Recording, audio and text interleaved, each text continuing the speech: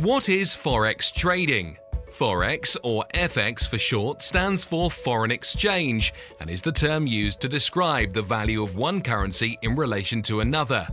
At FxPro, we offer forex trading through contracts for difference. Basically, a CFD contract means that you are not physically buying the underlying instrument, but through the CFD, you have exposure to the price movement of the underlying instrument. The FX derivatives market is available for trading 24 hours a day, 5 days a week, covering global exchanges. All FX is quoted in pairs, which you can buy or sell depending on whether you believe the price will rise or fall. You are essentially speculating on the strength of one national economy against another. Forex majors are the most commonly traded forex pairs.